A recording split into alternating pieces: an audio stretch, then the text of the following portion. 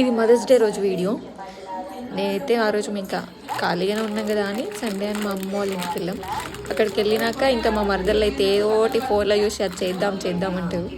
ఫోన్లో ఏదో గోధుమ పిండి ఐటమ్ చూపెట్టి చేద్దాం అంటారు. సరేలే ఇంకా వాళ్ళే వేస్తారు అనుకున్నా. నాతో పిండి కల్పిస్తారు. స్వీట్ చేసిరు ఏదో దాని పేరైతే నాకు కూడా తెలియదు కానీ ఒక 2 కప్పుల పిండి చపాతీ పిండిలా కలుపుకోవాలి. కొద్దిగా ఆయిల్ వాటర్ వేసి తర్వాత ఒక 2-3 టేబుల్ స్పూన్ పౌడర్ తీసుకొని దాంట్లో ఆయిల్ కలిపి లిక్విడ్లా వేసుకోవాలి. ఆ లోపల నేను చపాతీ పిండి కలిపేసిన, వాళ్ళేమో లిక్విడ్ కలిపేసారు.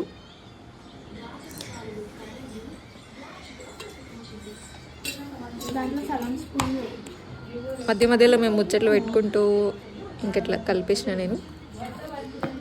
ఇంకా వాళ్ళది కూడా కలపడం అయిపోయింది.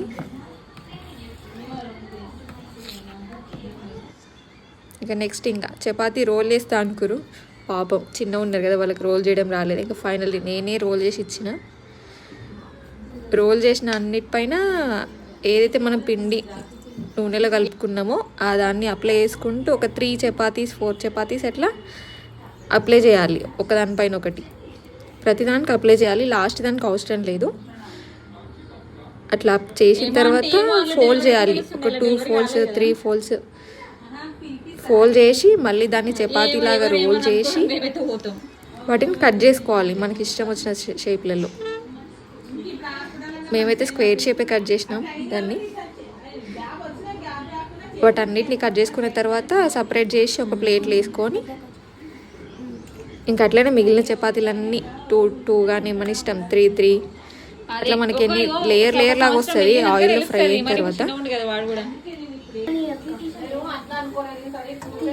ఇంకా మేము రోల్ చేస్తూ ఉంటే మేము చేస్తున్నాం.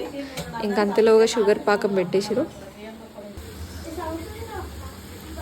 ఒక దిక్కు ఫ్రై అవుతున్నాయి, ఒక దిక్కు అయిపోతున్నాయి. మా పని మేము చేస్తున్నాం.